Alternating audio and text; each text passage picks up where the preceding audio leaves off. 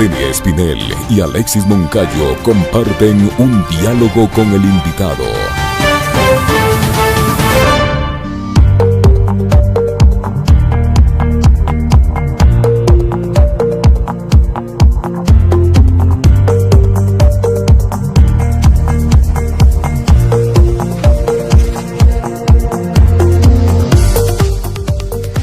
De la mañana con 31 minutos, 8 con 31 minutos. Continuamos con más entrevistas. Nos acompaña en los estudios el periodista y abogado Francisco Herrera Arauz, que está ya aquí con nosotros. ¿Cómo está, Francisco? Buenos días, bienvenido. Le saludamos a Alexis Moncayo, quien le habla, a Licenia Espinel. Está en el motivo de debate no generalizado, ¿no? En medios alternativos, en redes sociales, no en los grandes medios, la difusión de los chats del ex candidato presidencial y ex asambleísta Fernando Villavicencio, y ahí se encuentra de todos, nadie sale limpio, todos están salpicados, y lo que evidencia ahí es un manejo antiético del ejercicio periodístico, entre otras cosas, tráfico de influencias, favores, uso de fondos públicos, favores políticos, quienes cobran por publicar, por no publicar, quienes les dicen cómo realizar un artículo periodístico, a quien atacar, que se puede también evidenciar ahí que crean videos pornográficos para afectar la imagen de personas públicas, en fin. Pero en el ámbito periodístico, que es el que usted domina y conoce muy bien, ¿qué se puede decir de estas prácticas? Y la respuesta que sobre esta difusión han dado periodistas, gremios periodísticos y estas ONGs que en teoría están para la defensa de los periodistas. Buenos días. Bienvenido, Francisco.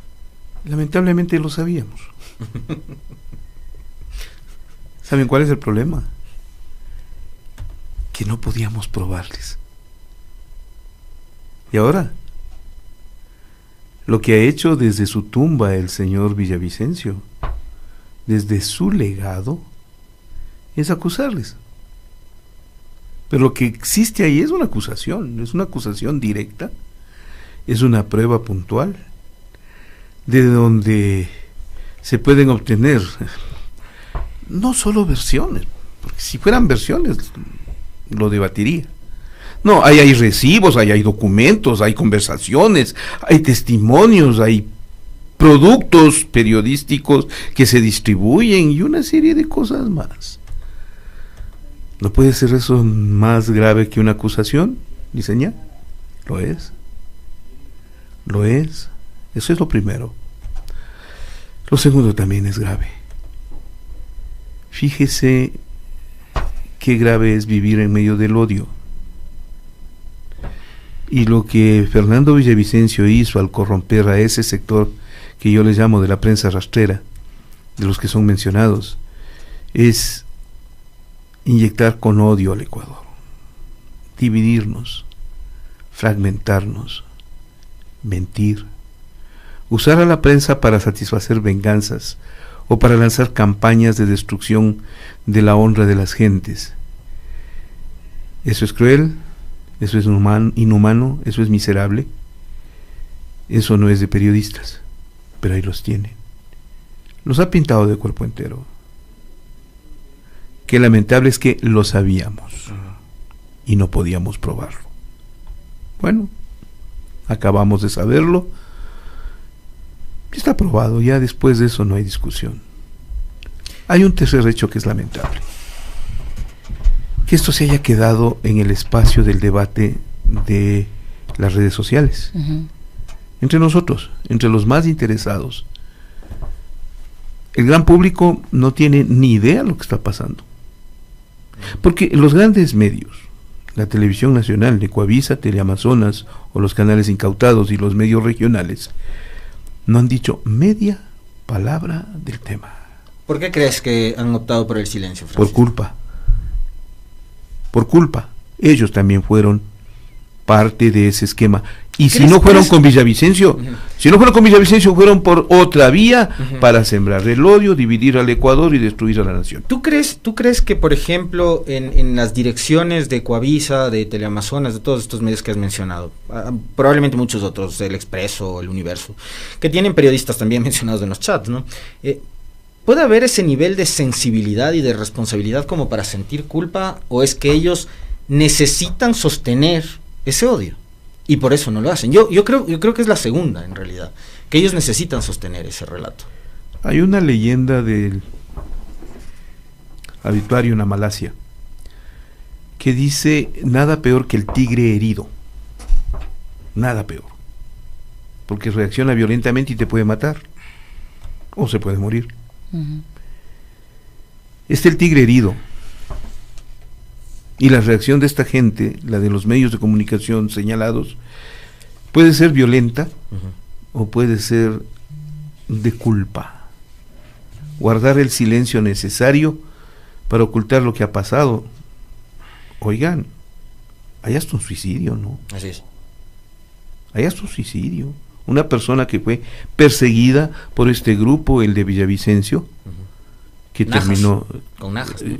Con Fernando Najas, con José Najas, que termina por quitarse la vida ante el acoso mediático que ya ha surgido en muchas ocasiones. Y entonces digo yo abiertamente, ¿por qué lo hacen? Coincido contigo, sostener el relato del odio para mantener los privilegios de los que gozaron. Porque les resulta lucrativo. Claro. Y porque además vienen elecciones, Francisco. Los medios de comunicación forman parte de un partido político. De un partido político. Más que eso. Por algo indignante, como bien dice Liceñi. Dinero. Lucrativo. Lo que aquí circuló es una alta cantidad de dinero. Una persona como la señora Gabriela Panchana, que asesora a Fernando Villavicencio, habla sin ningún problema de $500,000, ¿no? ¿Tienen idea de esa cifra? La dimensión de esa cifra, $500,000. Para producir videos para la campaña. Está bien. ¿Con quién los querían editar? ¿Con George Lucas? ¿Con Steven Spielberg? Mira, puede ser que alguien valore su trabajo de esa manera y eso es válido. Ahora pregunto, ¿justificaron esos ingresos ante el Servicio de Rentas Internas? ¿O de lo contrario, eso se convierte en enriquecimiento ilícito privado? No justificado. No justificado. Eso ¿Se habrá reportado ese dinero también a la campaña, en la campaña ante los organismos reportaron electorales? A la campaña del Consejo Nacional Electoral de Fernando Villavicencio y de Construye. Digo abiertamente, esos son delitos, porque la evasión tributaria es un delito, porque el no reporte de dineros en una campaña electoral es también un delito electoral. Digo, no lo hicieron, ya. ¿Qué están esperando el SRI, la Fiscalía y el Consejo Nacional Electoral para reaccionar? No lo harán. Lamentablemente eran parte de lo mismo, de esa miseria humana que desde los días del pestilente legado de Julio César Trujillo nos dejaron, les llenaron de odio al país, ellos. Ahora sí los podemos culpar con nombres y apellidos, ellos. Y el Ecuador se está sangrando. Pero yo les diría algo peor.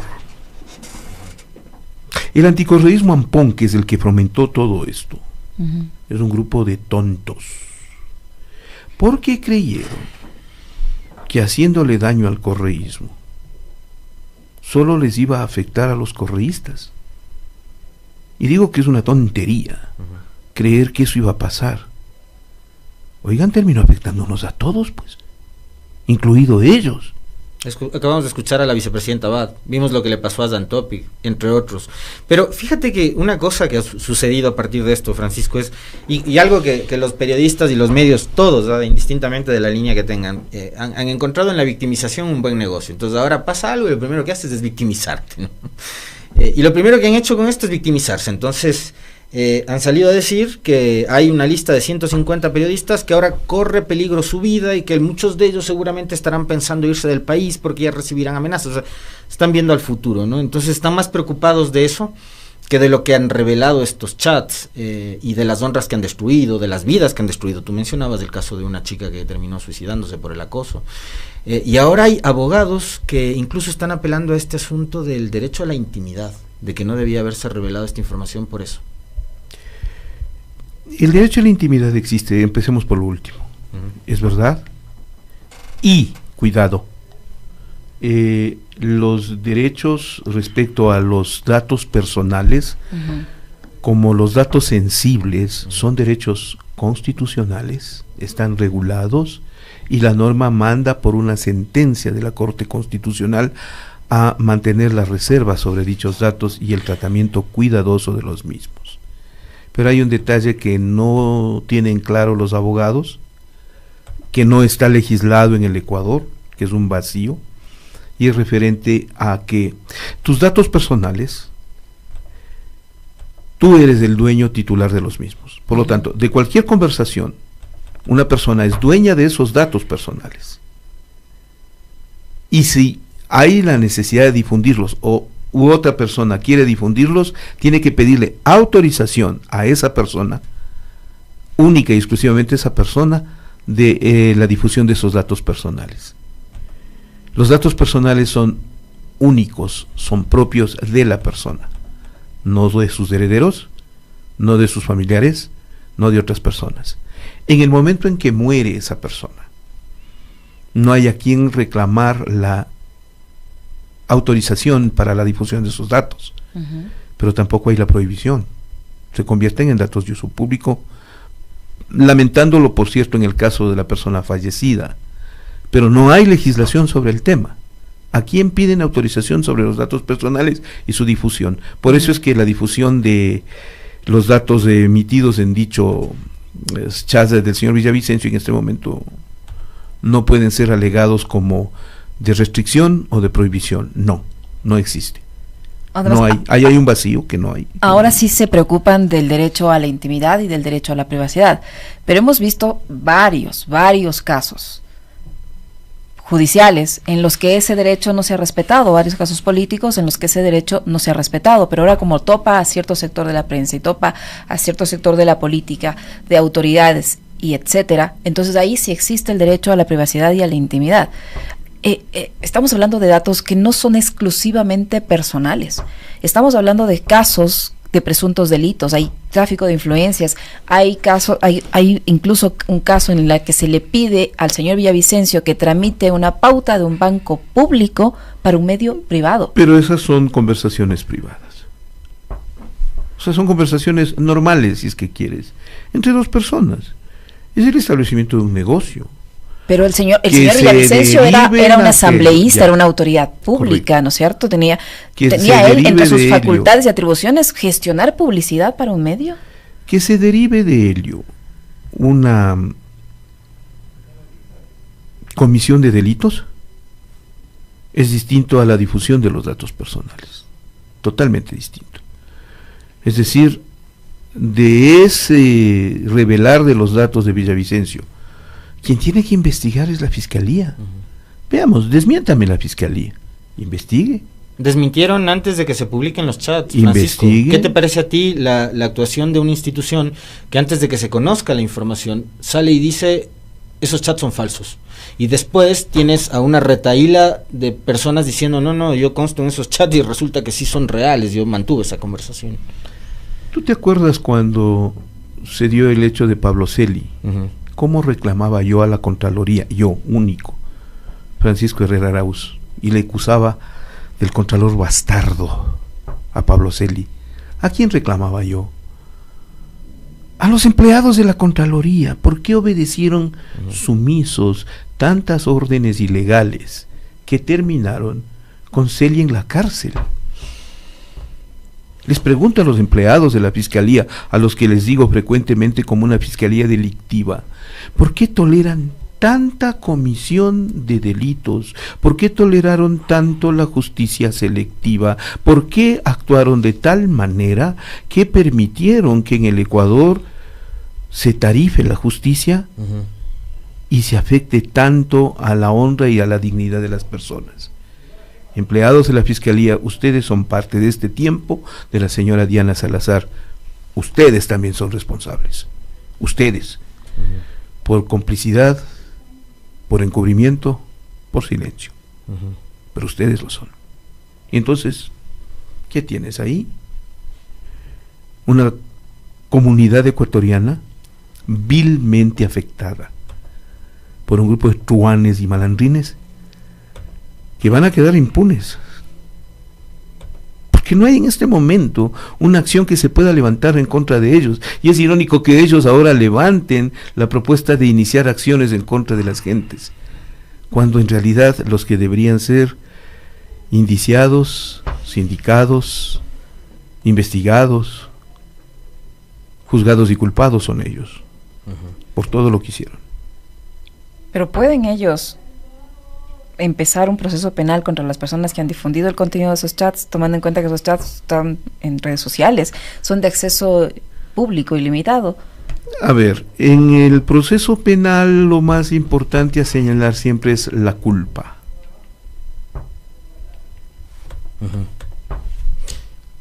Sí, nomás, sí, por favor. Lo más importante a señalar es la culpa. Pero lo más importante también en el proceso penal es demostrar eso. O sea, ¿quién difundió? A ver, ¿quién inició la difusión primero? De lo que yo recuerde, algo más de 2 semanas, apareció el famoso Anonymous con su careta, anunciando la difusión, la entrega a distintos medios de comunicación de una serie de chats de Fernando Villavicencio y que se iba a dar a conocer a todo el público con la colocación en redes sociales. ¿Qué pasó a partir de ahí? Algunos medios lo tomaron, algunos influencers lo tomaron, otros no. Más de uno decidió no tomar el tema en cuenta. A Ecuador Inmediato, por ejemplo, no nos llegó nada. No puedo decir que nos llegó algo, ni mucho menos, no. Pero aprecié el link que puso Anonymous y me dirigí. Al principio tuve serias dificultades para acceder a esos chats. Luego se descubrió que había formas tecnológicas de, por lo menos, establecer la conversación como tal. Pero es de un volumen tan alto que día a día van a ir saliendo datos. No solo es lo de la posta, lo que ha sacado la posta, que dice haber conocido desde hace un mes atrás, es lo que a la posta le conviene conocer, o a justo conveniencia hace un mes de ellos. Francisco, justo hace un mes, cuando estaba decidiéndose el juicio político a la fiscal. Qué conveniente hubiera sido que el país y la asamblea conozca estos datos en pleno proceso de fiscalización. Y yo me permito recordarle al señor Anderson Boscan, que acusa a la señora Schettini de la difusión de los chats, cuando le dijo a la fiscal en el momento en el que él se iba del país: flaca, si yo saco mis datos de mi hemeroteca, se te cae el juicio político. ¿Se acuerdan? Sí, tal cual. Entonces él ya lo sabía. Y ya le habían salvado antes, ¿no? La posta, acuérdate cuando la denuncia de la legitimidad de la tesis. Entonces ellos sacan una parte. Eso que está ahí es solo una parte, Licenia, perdón. Es solo una parte. ¿Y el resto? Oye, mujer, son 9,000 chats. ¿Cuánto más habrá, no? ¿Cuánto tiempo te calculas tú que se puede leer eso? Es mucho. Claro. Francisco, se nos va terminando el tiempo, tenemos una última invitada para abordar los últimos 10 minutos. Yo no quiero dejar de conversar contigo pidiéndote una breve reacción de lo que fue el diálogo con la vicepresidenta Abad. ¿Qué impresiones te deja lo que dijo la vicepresidenta hace unos minutos? Lo escuché con atención. Hay una impresión de que la señora sabía exactamente con quién se juntó.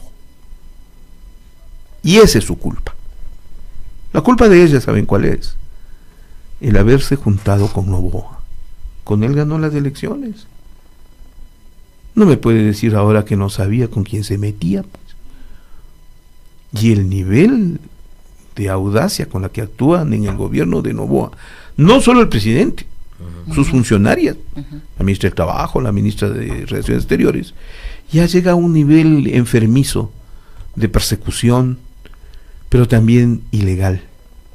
Entonces, tomo en cuenta lo dicho por ese respetable abogado que es el doctor Jorge Luis Mazón, a quien le conozco muchísimo, cuando plantea ya la necesidad de que la Asamblea Nacional empiece a discutir la posibilidad de destituir al presidente Noboa, no por el uso de la muerte cruzada o algo por el estilo, no señor, sino por haber nombrado vicepresidente de la República sin tener esas atribuciones. Se arrogó funciones el presidente Noboa, por lo tanto merece ser enjuiciado y destituido por haberse arrogado funciones. En eso Mazón responde inclusive a esa interpretación de que como ya se lo hizo con Guillermo Lasso anteriormente y en este periodo ya no correspondía. Disculpen, las responsabilidades son individuales, así como la comisión de delitos son individuales. Lo que ha cometido es una grave irregularidad el presidente Noboa al nombrar vicepresidenta sin estar autorizado para ello. Vicepresidente solo puede nombrar la Asamblea Nacional, no el presidente Noboa. Muy amable, Francisco, gracias. Encantado, Siempre un gusto. Muy gentil. Francisco Herrera Arauz, abogado y periodista que ha estado con nosotros, 8:51, una pausa, volvemos.